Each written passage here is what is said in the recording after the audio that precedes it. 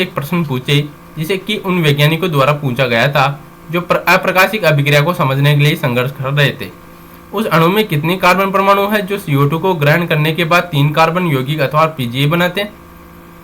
अध्ययनों से पता लगा कि ग्राही अणु एक 5 कार्बन वाला कीटो सुगर शर्करा था।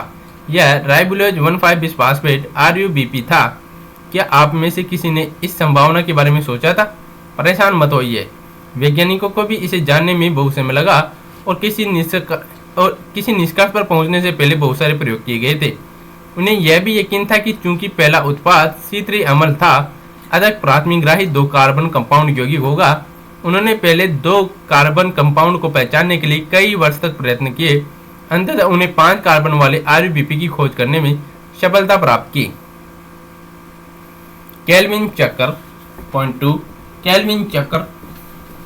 केल्विन तथा उनके सहकर्मियों ने संपूर्ण पथ का पता लगाया और बताया कि यह पथ एक चक्रीय क्रम में संचालित होता है जिसमें RUBP पुनः उत्पादित होता है। आइए अब यह देखें कि केल्विन पथ कैसे संचालित होता है और शर्करा कहाँ पर संश्लेषित होती है। आइए शुरू में हम स्पष्ट रूप से समझ लें कि केल्विन चक्र उन सभी पौधों में होता है जो प्रकाश संश्लेषण करते हैं। इसे कोई फर्क नहीं पड़ता है कि उनमें चाहे पथ C3 है अथवा C4 अथवा अन्य कोई हो।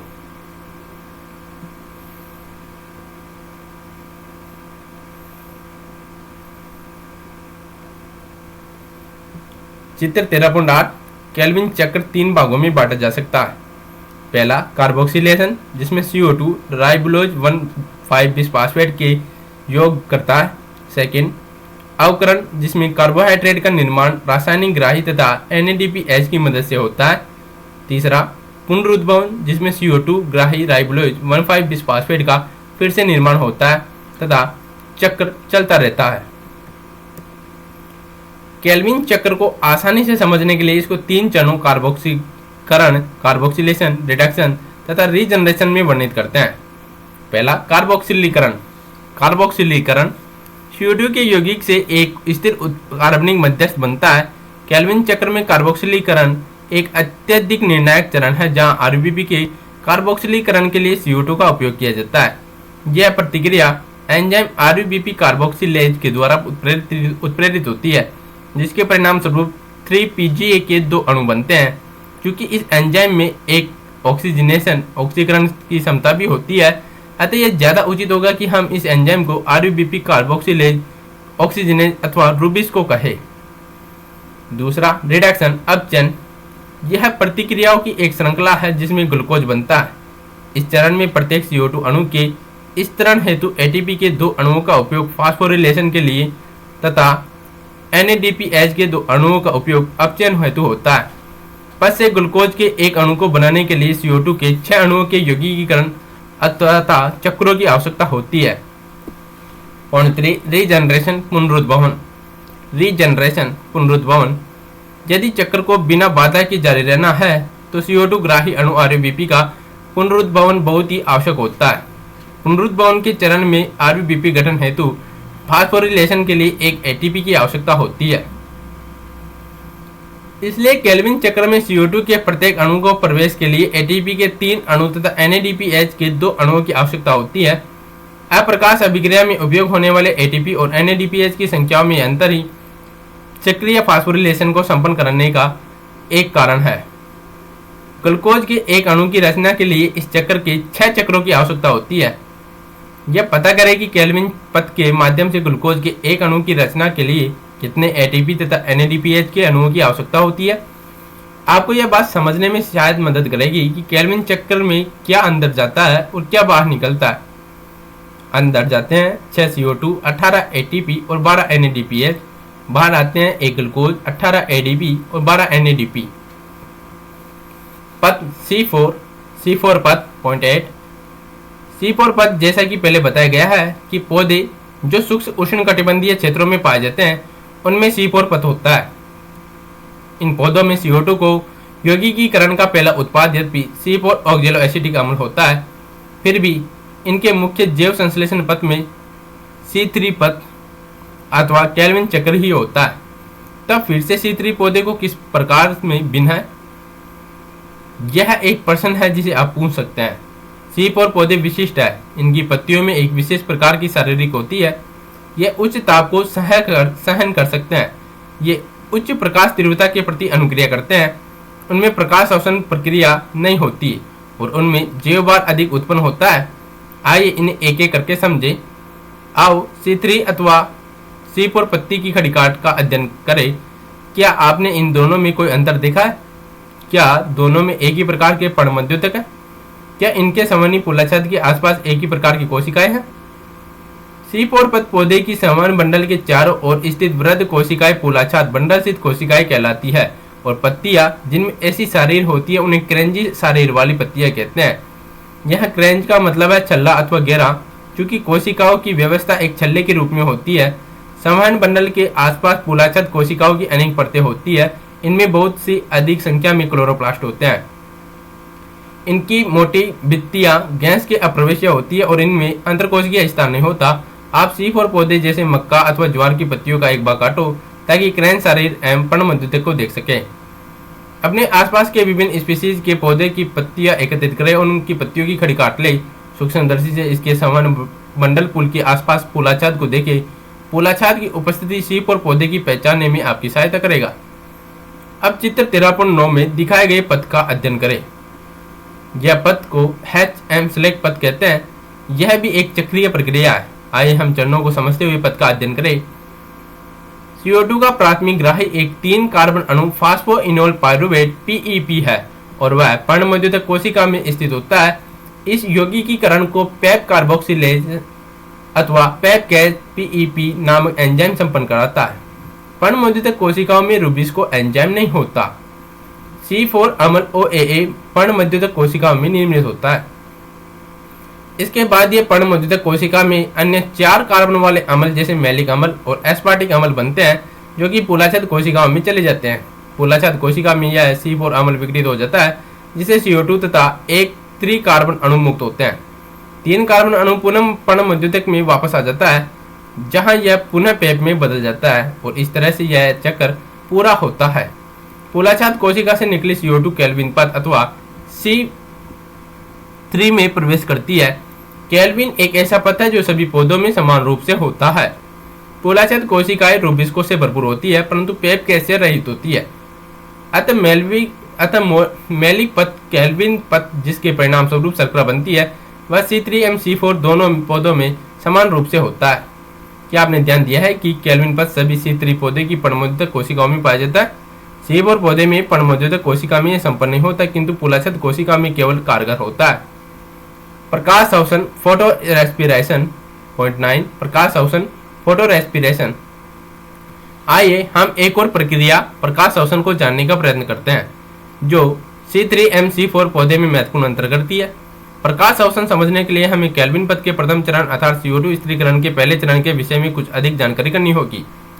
यह वह अभिक्रिया है जहां RUBP कार्बन डाइऑक्साइड से संयोजित कर 3 PGA के 2 अणुओं का गठन करता है और एक enzyme ribulose bisphosphate carboxylase oxygenase rubisco के द्वारा उत्प्रेरित होता है।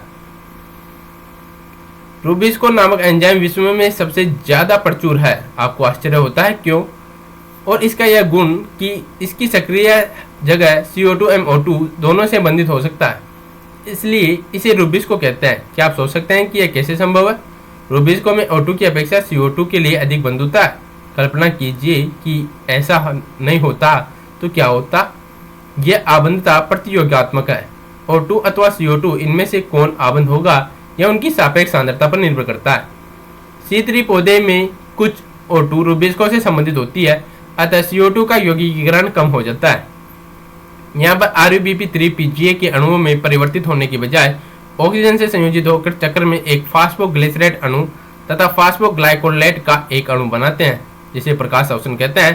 प्रकाश अवशोषण पथ में शर्करा और ATP का संश्लेषण नहीं होता बल्कि इनमें ATP के उपयोग के साथ CO2 भी निकलती है। प्रकाश अवशोषण पथ में ATP अथवा NADPH का संश्लेषण नहीं होता, अतः प्रकाश अवशोषण एक निरर्थक प्रक्रिया है।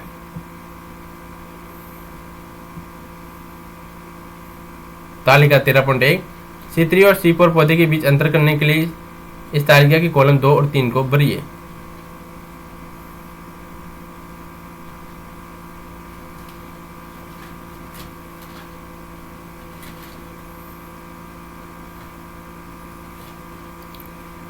C4 पौधे में प्रकाश अवसन नहीं होता। C4 पौधे में प्रकाश अवसन नहीं होता। इसका कारण यह है कि इनमें एक ऐसी प्रणाली होती है जो एंजाइम स्थल पर CO2 की सांद्रता बढ़ा देती है। ऐसा तब होता है जब पर्णमध्योतक का C4 अम्ल पोलाछाद में टूटकर CO2 को मुक्त करता है, जिसके परिणाम स्वरूप CO2 की अंतरकोशिकीय सांद्रता बढ़ जाती है। इससे यह सुनिश्चित हो जाता है कि रूबिस्को कार्बोक्सिलेज के रूप में कार्य करता है, जिससे इसकी ऑक्सीजनेज के रूप में कार्य करने की क्षमता कम हो जाती है। अब आप जानते हैं कि C4 पौधे में प्रकाश अवसन नहीं होता। अब संभवतः आप समझ गए होंगे कि इन पौधे में उत्पादकता एवं उत्पादन क्यों अच्छा होता है। इसके अतिरिक्त ये पौधे उस ताप को भी सहन कर सकते हैं। उपयुक्त परिचर्चा के आधार पर क्या आप उन पौधे की तुलना कर सकते हो जिनमें C3M तथा C4 पथ होता है? आप दी गई तालिका का उपयोग कर आवश्यक सूचनाएं को भरें।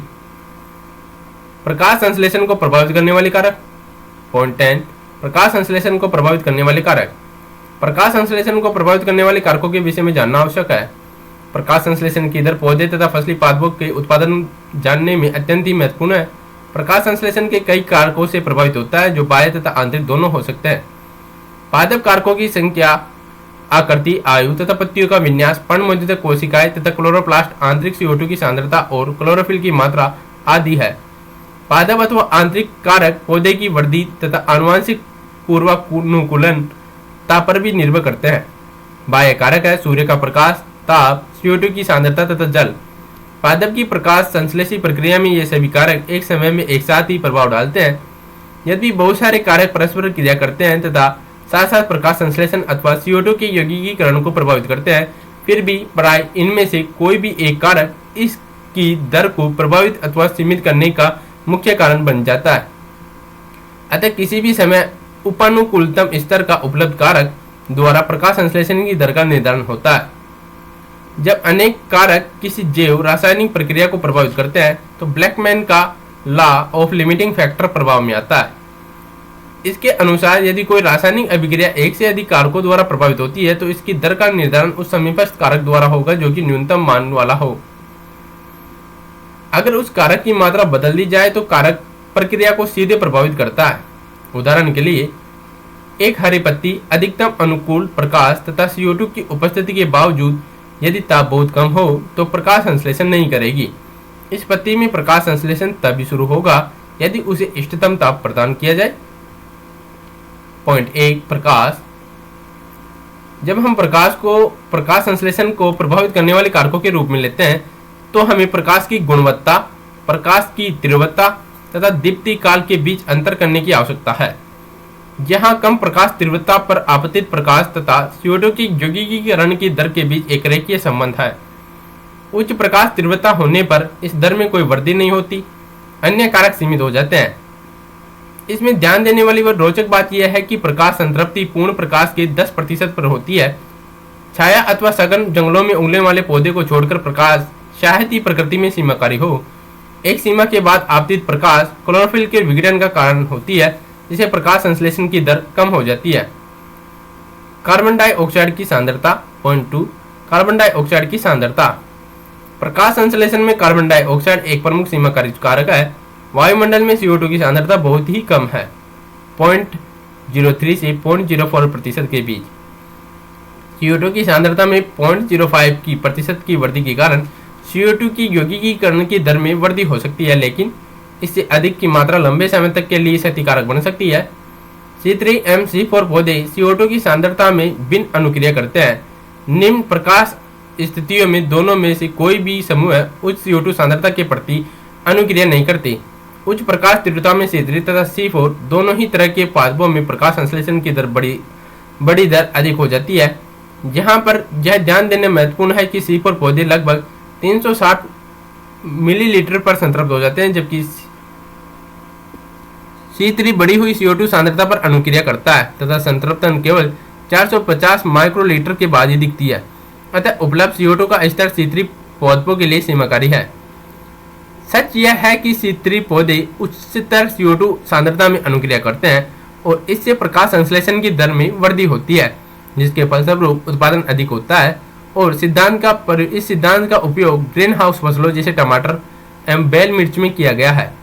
इन्हें कार्बन डाइऑक्साइड से भरपूर वातावरण में बढ़ने का अवसर दिया जाता है ताकि उच्च पैदावार प्राप्त हो। ताप। पॉइंट 3, ताप। अप्रकाशिक अभिक्रिया एंजाइम पर निर्भर करती है, इसलिए ताप द्वारा भी नियंत्रित होती है। यद्यपि प्रकाश अभिक्रिया भी ताप संवेदी होती है, लेकिन उस पर ताप का काफी कम प्रभाव होता है।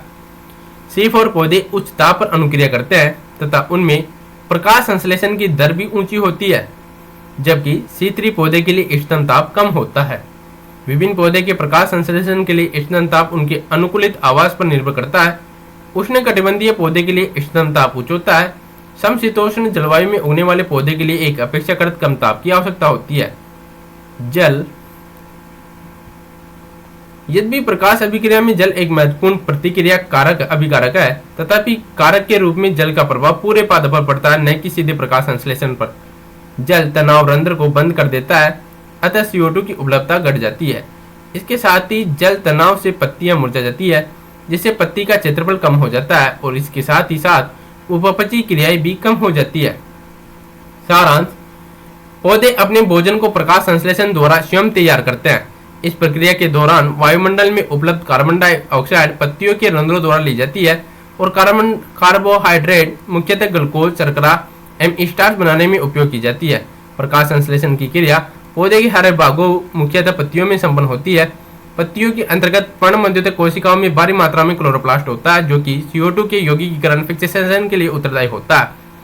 क्लोरोप्लास्ट के अंतर्गत प्रकाश अभिक्रिया के लिए झिल्लिकाएं व स्थल होती है, जबकि केमोसिंथेटिक पथ क्लोरोप्लास्ट में होता है। प्रकाश संश्लेषण में दो चरण होते हैं, प्रकाश अभिक्रिया तथा कार्बन फिक्सेशन रिएक्शन। कार्बन यौगिकीकरण अभिक्रिया। प्रकाश अभिक्रिया में प्रकाश ऊर्जा एंटीना में मौजूद वर्णकों द्वारा अवशोषित किए जाते हैं तथा अभिक्रिया केंद्र में मौजूद क्लोरोफिल एक ही अणुओं को भेज दिए जाते हैं। यहाँ पर दो फोटोसिस्टम प्रकाश प्रणाली PS फर्स्ट तथा PS सेकंड होते हैं। PS फर्स्ट के अभिक्रिया केंद्र में क्लोरोफिल A P700 के अणु जो प्रकाश तरंग दैर्ध्य 700 नैनोमीटर को अवशोषित करते हैं, जबकि PS सेकंड में एक P680 अभिक्रिया केंद्र होता है जो लाल प्रकाश को 680 नैनोमीटर पर अवशोषित करता है। प्रकाश अवशोषण के बाद इलेक्ट्रॉन उत्तेजित होते हैं और PS सेकंड तथा PS फर्स्ट से स्थानांतरित होते हुए अंत में NADP में पहुंच NADPH की रचना करते हैं। इस प्रक्रिया के दौरान एक प्रोटॉन प्रवणता थाइलेकोइड की झिल्लिका की आर पर पैदा की हो जाती है। ATP एंजाइम के हिस्से PF नोड से प्रोटॉन की गति के कारण प्रवणता भंग हो जाती है तथा ATP के संश्लेषण हेतु पर्याप्त ऊर्जा मुक्त की जाती है। पानी के अणु का विघटन PS सेकंड से साथ जुड़ा होता है। परिणामतः O2 और प्रोटॉन की रिहाई होती है और PS सेकंड में इलेक्ट्रॉन का स्थानांतरण होता है। कार्बन यौगिकीकरण में एंजाइम रुबिस्को द्वारा CO2 एक 5 कार्बन यौगिक RUBP से जुड़ा होता है तथा 3 कार्बन PGA के 2 अणु में बदलता है। इसके बाद केल्विन चक्र द्वारा यह शर्करा में परिवर्तित होता है और RUBP पुनरुद्भावित होता है। इस प्रक्रिया के दौरान प्रकाश अभिक्रिया द्वारा संश्लेषित ADP तथा NADPH इस्तेमाल होता है। इसके साथ ही C3 पौधे में रुबिस्को एक निरर्थक ऑक्सीजनेशन प्रतिक्रिया प्रकाश अवशोषण को उत्प्रेरित करता है। कुछ उष्णकटिबंधीय पौधे विशेष प्रकार का प्रकाश संश्लेषण करते हैं जिसे C4 कहते हैं। इन पौधों के पर्णमध्युतक में संपन्न होने वाले CO2 यौगिकीकरण के उत्पाद एक 4 कार्बन यौगिक है। फूलाछात कोशिका में केल्विन पथ चलाया जाता है जिसे कार्बोहाइड्रेट का संश्लेषण होता है। चैप्टर समाप्त हुआ।